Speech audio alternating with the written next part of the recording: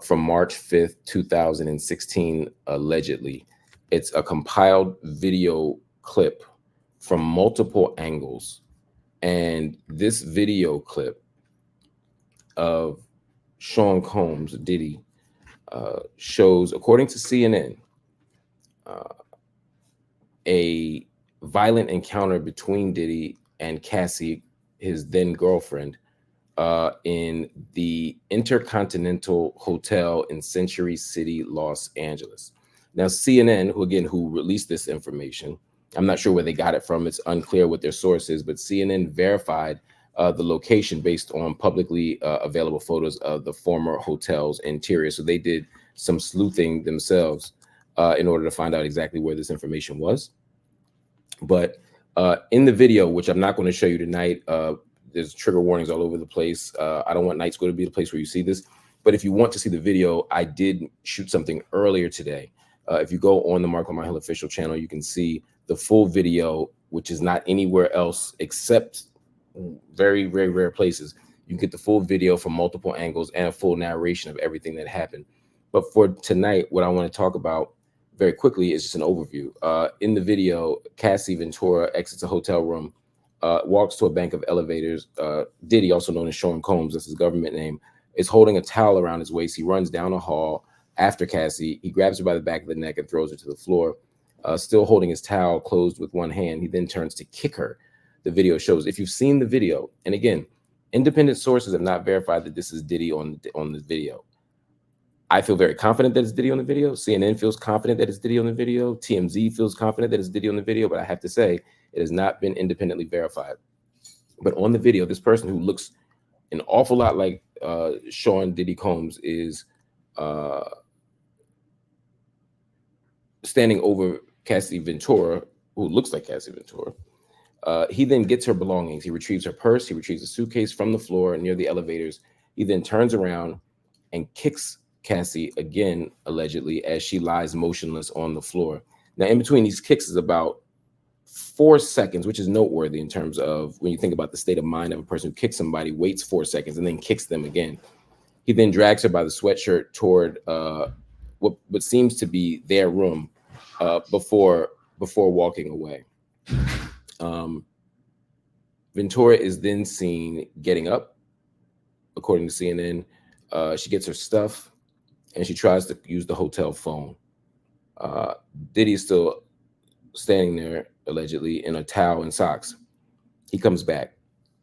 A mirror directly across from the security camera shows Diddy appearing to shove Cassie at this point. The footage, when you watch it, and I encourage people to watch it if they are doubtful about who's on it or what happened.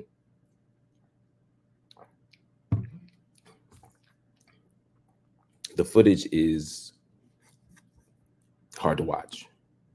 It is deeply disturbing. It is deeply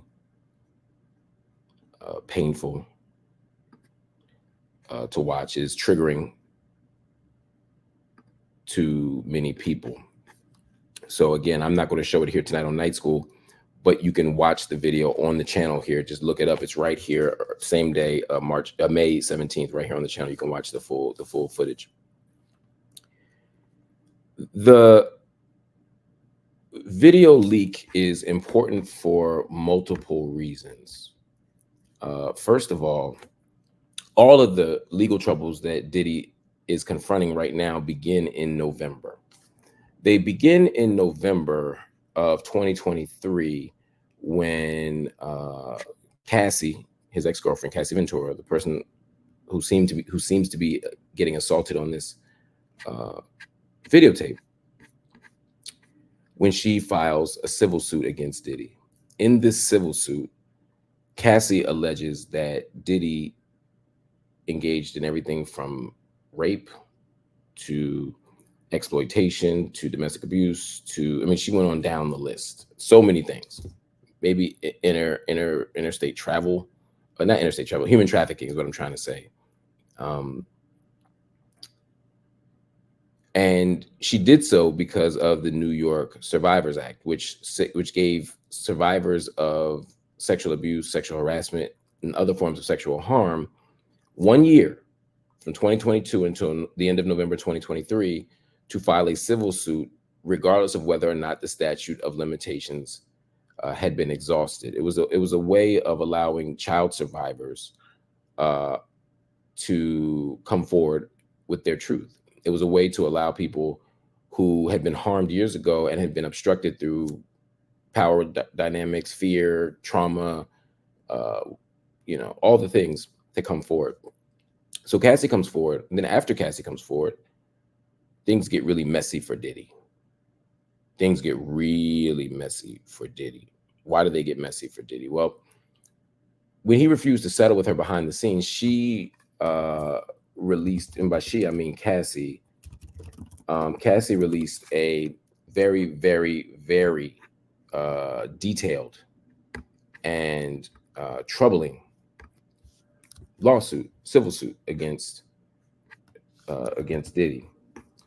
It wasn't a 2-page lawsuit. This wasn't something that was scribbled together. This wasn't something that you would take lightly if you're Diddy. But for some reason, he, despite knowing everything that could have been in that lawsuit, she decided to he decided to fight it. The next day, she releases a 35-page lawsuit. In the 35-page lawsuit, it didn't just accuse him of doing awful things to her.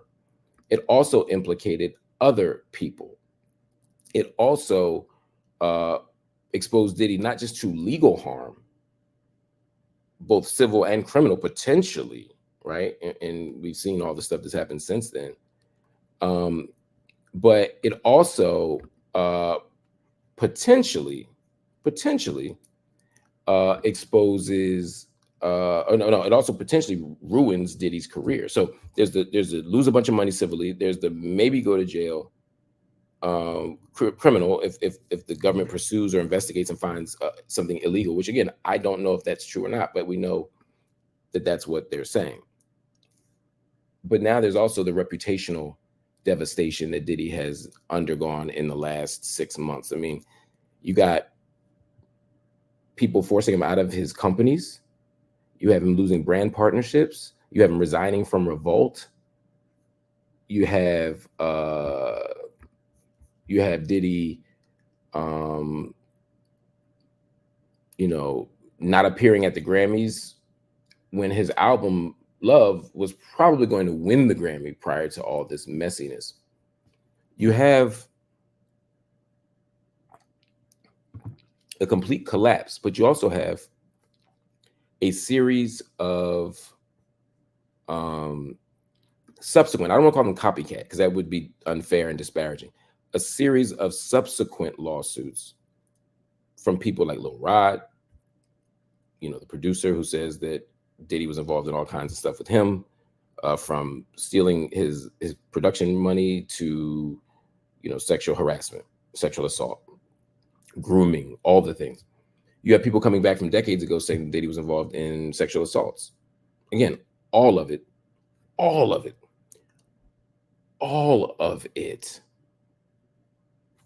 emerges like an avalanche. But the one thing Diddy had going for him, the one thing that Diddy had going for him was the benefit of, I don't want to say benefit of the doubt, because that overstates it.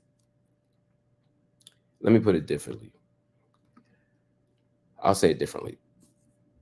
No one could prove anything. Even if you thought Diddy did it, you couldn't definitively say anything about Diddy that you could prove, right? There were allegations, and some of the allegations were strong, and there were witnesses, people like Gene Deal, his bodyguard, who came out and gives up all the tapes. All of it was still just speculation. right?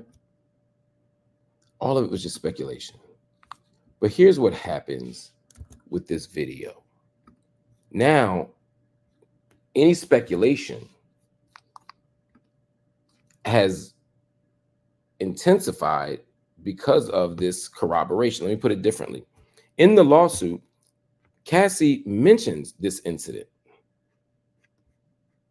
In her lawsuit, she says that they were at the Intercontinental Century City. She says he attacked her. She says he punched her in the face. She says he blackened her eye. She says that he paid $50,000 for the hallway security footage. She said all of that. She said all of it. And so now, and here's one more thing. What does Diddy say in response to that? Diddy says, I'm going to reproduce. This is from his Instagram. I'm reproducing it from Reddit, but this is Diddy's Instagram. On Instagram, after everything happened on December 7th, I believe, he tweeted, or he IG posted this. He said, "Enough is enough. For the last couple of weeks, I have sat silently and watched people try to assassinate my character, destroy my reputation and my legacy. Sickening allegations have been made against me by individuals looking for a quick payday." This is before Lil Rod. He's talking about Cassie, among others. He said, "Let me be absolutely clear. I did not do any of the awful things being alleged. I will fight for my name, my family, and for the truth." So Diddy says everything they said about me isn't true. Every single thing is a lie. So if Cassie gives a 35-page lawsuit and he says everything is a lie, and Lil Rod makes a lawsuit the next year, a month or two later, and everything's a lie according to Diddy. If the woman who accused her of sexual assault when she was 17 in the New York studio if she makes a claim, Diddy saying it's all a lie. If it is all a lie, if it's a lie,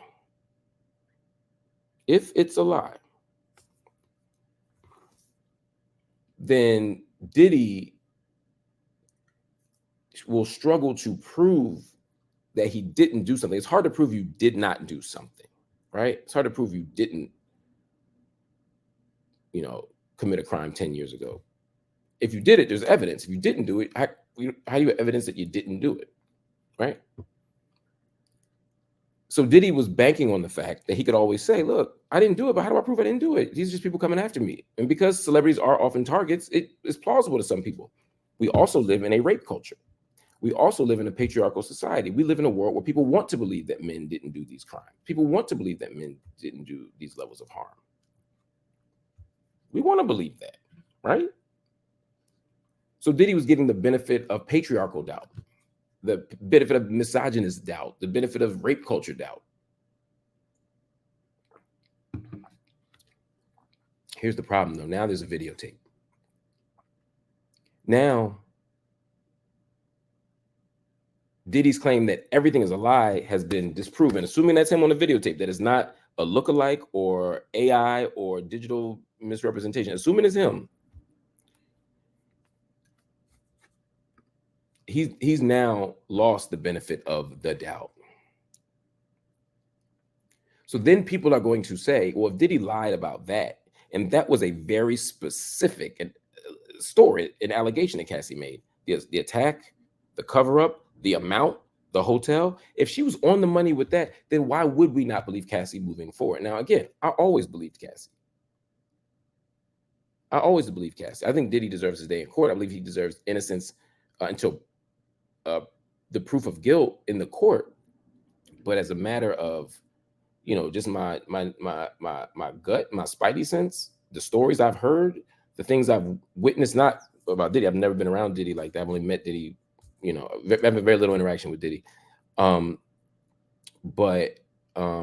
what I've witnessed among other people who work for him, have worked for him, who tell their stories, how they respond physically, viscerally, how they talk, how they engage, all the evidence circumstantially had me feeling like, yo, yeah, where there's smoke, there's fire. But now it's beyond that.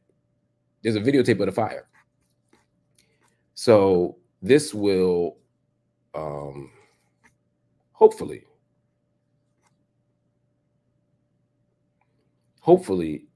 make this matter clearer and simpler.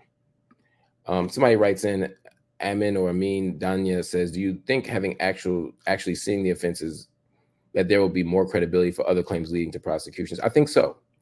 I think that people's default position is no longer he didn't do it. Now, lots of people believe survivors because the evidence, the data all suggests that we should, that our safe money is believing survivors, not perpetrators. But we have to balance that with a system that loves to lock people up and an American culture and American society that has often constructed Black men as sexual predators and misrepresented Black men.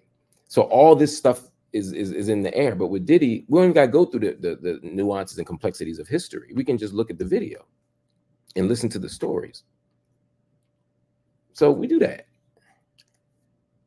And now that we've done that, the next person who comes out won't be doubted as much, not in the world, but just regarding Diddy.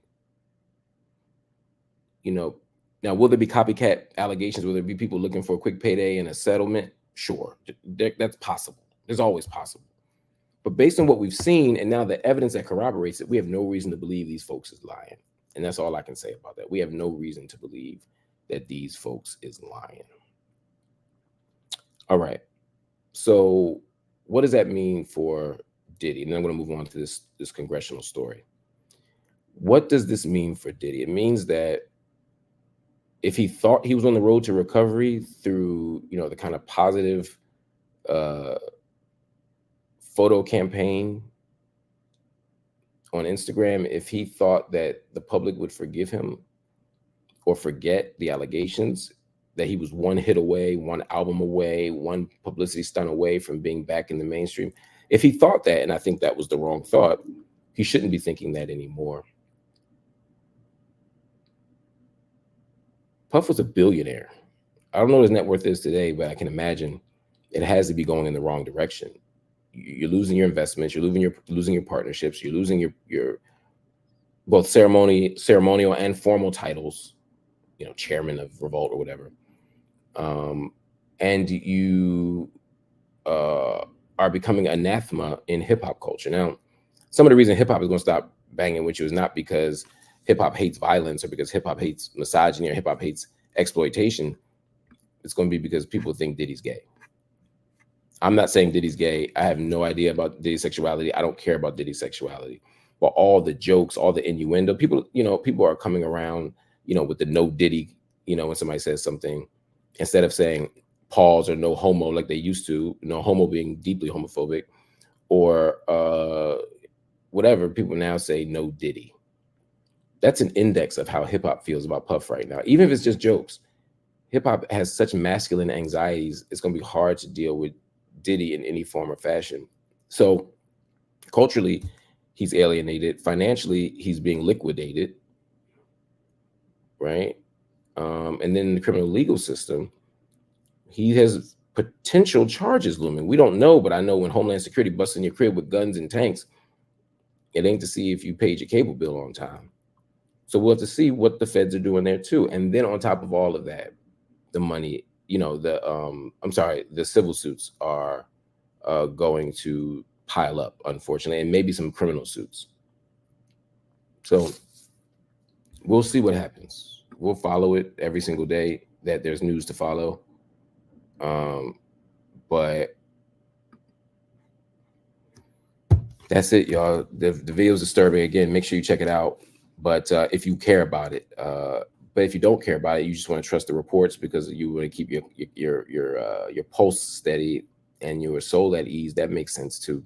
But either way, this is a huge moment, I would say, for survivors. Because there were so many people who try to say that Cassie lied or she signed up for all that she got. And look, y'all might feel like jumping into a freak off might be your personal proclivity, and now you're acting like you don't like it. I hear that argument. I disagree because I think people don't understand just how attached people can be to abusive relationships, even when it looks like they're making choices. The choices are shaped by the abuse. But even if we don't talk about freak offs, even if we don't talk about drugs, you can't watch that video and think that she signed up for that. Nobody signs up for that.